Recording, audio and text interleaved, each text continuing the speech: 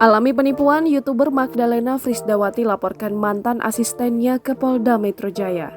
YouTubers Magdalena Frisdawati atau yang akrab disapa MG Dalenov melaporkan mantan asistennya yang bernama Gita Cinta ke Polda Metro Jaya. Mantan asistennya itu diduga melakukan sederet tindak pidana, diantaranya adalah dugaan penipuan, penggelapan uang, pemalsuan surat, dan pencucian uang. Selama 10 jam lebih, MG Dalenov menjalani pemeriksaan atas laporan yang ia buat di Diskrimum Polda Metro Jaya. Atas dugaan tindak pidana tersebut, mantan asisten Magdalena dilaporkan dengan pasal berlapis. Setidaknya ada 5 pasal yang diadukan Magdalena dan diduga sudah dilanggar oleh Gita Cinta sebagai mantan asistennya. Magdalena baru mempekerjakan Gita Cinta sebagai asistennya selama setahun belakang. Sejak bulan Mei 2021, Magdalena sudah memberhentikan Gita karena kedapatan melakukan tindak pidana seperti yang dilaporkan.